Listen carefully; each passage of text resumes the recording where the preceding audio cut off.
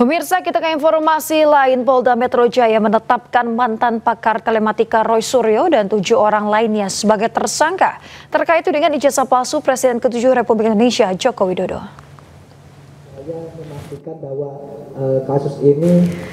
Kapolda Metro Jaya Irjen Pol Asep Edi Suheri mengatakan 8 tersangka ini dibagi menjadi 2 klaster.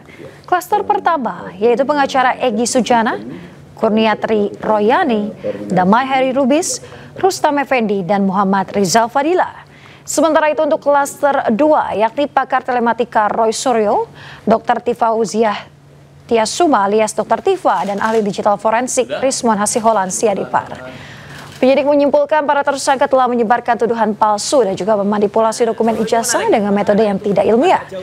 Penyidik telah mengantongi alat bukti yang cukup sebelum menetapkan ke-8 orang tersebut sebagai tersangka. Penyidik berkesimpulan mereka telah menyebarkan tuduhan palsu dan juga memanipulasi dokumen ijazah dengan metode yang tidak ilmiah. Polda Metro Jaya telah menetapkan 8 orang tersangka dalam perkara pencemaran nama baik, fitnah, dan manipulasi data elektronik yang dilaporkan oleh Bapak Insinyur Haji Joko Widodo. Penyidik menyimpulkan bahwa para tersangka telah menyebarkan tuduhan palsu dan melakukan edit serta manipulasi digital terhadap dokumen ijazah dengan metode analisis yang tidak ilmiah dan menyesalkan publik. Selanjutnya, penyidik akan berkoordinasi dengan Kejaksaan Tinggi DKI Jakarta untuk proses hukum lebih lanjut. Pada kesempatan ini, kami tegaskan bahwa penanganan perkara yang kami lakukan murni proses penegakan hukum. Kemudian seluruh tahapan juga dilakukan secara profesional, proporsional, transparan, dan akuntabel. Pemirsa, usai ditetapkan sebagai tersangka kasus tudingan ijazah palsu Jokowi, pakar telematika Roy Suryo mengaku menghormati penetapan tersangka ini. Menurut Roy, status tersangka hanyalah proses awal dari rangkaian hukum yang akan ia jalani. Saya tetap menghormati penetapan tersebut. Tapi sebaiknya semua masyarakat juga menunggu dengan sabar prosesnya. Karena kalau saya tidak salah dengar tadi, memang tidak ada perintah langsung untuk dilakukan penahanan. Ya, jadi ini clear banget ya, loud and clear. Jadi kalau tiba-tiba ada orang yang aneh-aneh atau orang yang mendesak-desak, itu tentu saja sudah merupakan hal yang justru melanggar hukum. Dan poin yang paling penting apa?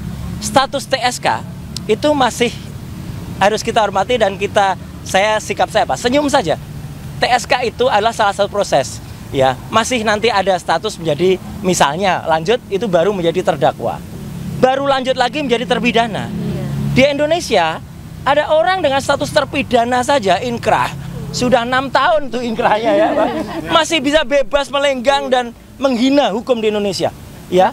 Jadi artinya adalah tolong aparat hukum juga fair dan adil dalam hal ini. Jadi sekali lagi sikap saya apa?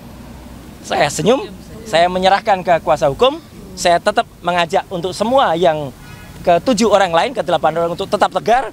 Ini adalah perjuangan kita bersama rakyat Indonesia selaku masyarakat yang bebas untuk melakukan penelitian atas dokumen publik, tidak untuk dikriminalisasi, dan tolong aparat itu juga fair dan adil karena Pemirsa, 8 orang ditetapkan menjadi tersangka terdiri dari Roy Suryo CS dalam kasus tudingan ijazah palsu yang dilaporkan Presiden ke-7 Joko Widodo. Penetapan tersangka dibagi menjadi 2 klaster dan ke-8 tersangka dijerat pasal berlapis Undang-Undang ITE.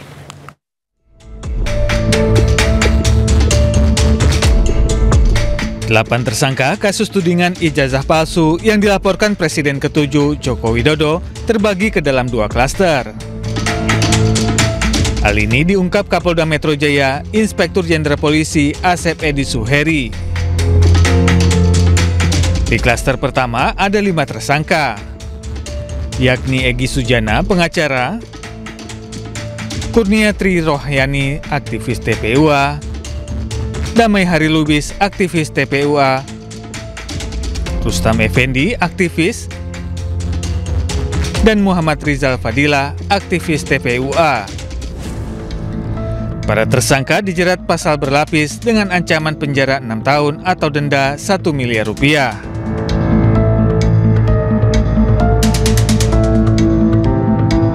Sedangkan di klaster kedua, terdapat 3 tersangka yakni Roy Suryo, ahli telematika dan mantan Menpora, Simon Hasiolan Sianipar, ahli digital forensik, dan Dr. Tifauziah Tiasuma, dokter sekaligus aktivis. Ketiga tersangka dijerat pasal berlapis dengan ancaman penjara 6 tahun atau denda 1 miliar rupiah.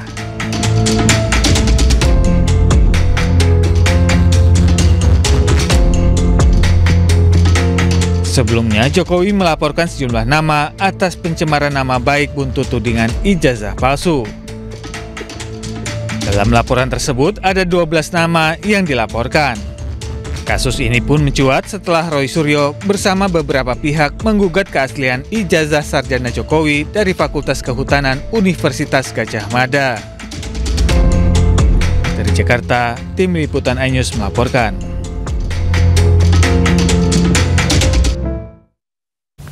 Polemik ijazah Joko Widodo tak kunjung usai. Pakar kebijakan publik Bonatua Silalahi melaporkan dugaan pelanggaran kearsipan ijazah Jokowi ke Barreskrim Polri.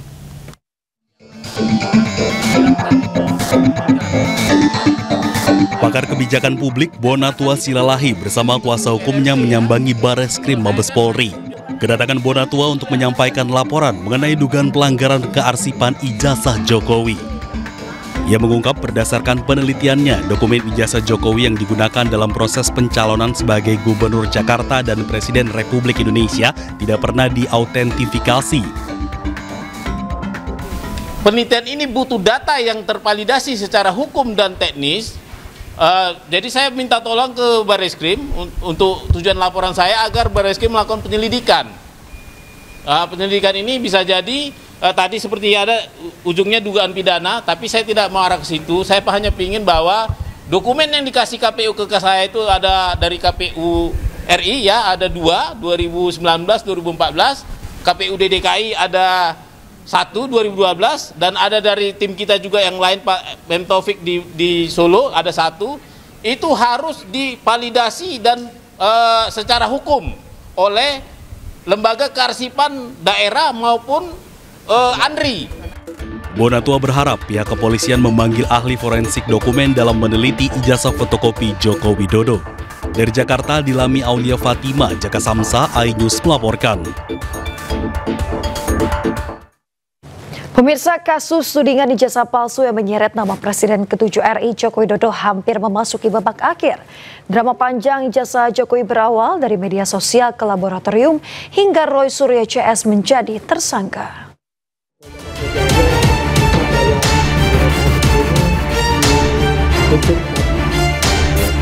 Kasus tudingan ijazah palsu yang menyeret nama Presiden ke-7 Republik Indonesia Joko Widodo hampir memasuki babak akhir. Bermula dari tudingan di media sosial, isu keaslian ijazah Jokowi pertama kali mencuat di ruang publik sejak 2022. Namun kembali menguat pada awal 2025 setelah sejumlah pihak menuding ijazah yang digunakan Jokowi untuk mendaftar sebagai calon presiden tidak sah. Jokowi melalui kuasa hukumnya melaporkan sejumlah akun dan individu yang menyebarkan tudingan ijazah palsu ke Polda Metro Jaya pada 30 April 2025. Jokowi melaporkan dugaan fitnah terkait tuduhan ijazah palsu ke Polda Metro Jaya. Terdapat 12 orang yang masuk dalam daftar terlapor setelah kasus tersebut naik dari penyelidikan ke penyidikan. Di antaranya Roy Suryo, Dr. Tifa, Abraham Samad, Egy Sujana, hingga Damai Hari Lubis. Dalam prosesnya, Jokowi juga sudah diperiksa setelah kasus naik penyidikan. Pemeriksaan digelar di Mapolresta Solo pada 24 Juli 2025. Penyidik Polda Metro Jaya turut menyita ijazah SMA dan S1 milik Jokowi untuk diteliti laboratorium forensik. Polda Metro Jaya melanjutkan penyelidikan atas laporan yang dibuat Jokowi. Penyidik melakukan pemeriksaan intensif terhadap puluhan saksi dan ahli, serta menyita dokumen ijazah asli Jokowi dari SMA dan Universitas Gadjah Mada untuk dilakukan uji keaslian oleh Pusat Laboratorium Forensik. Hasil pemeriksaan forensik menyimpulkan ijazah yang dimiliki Jokowi adalah asli.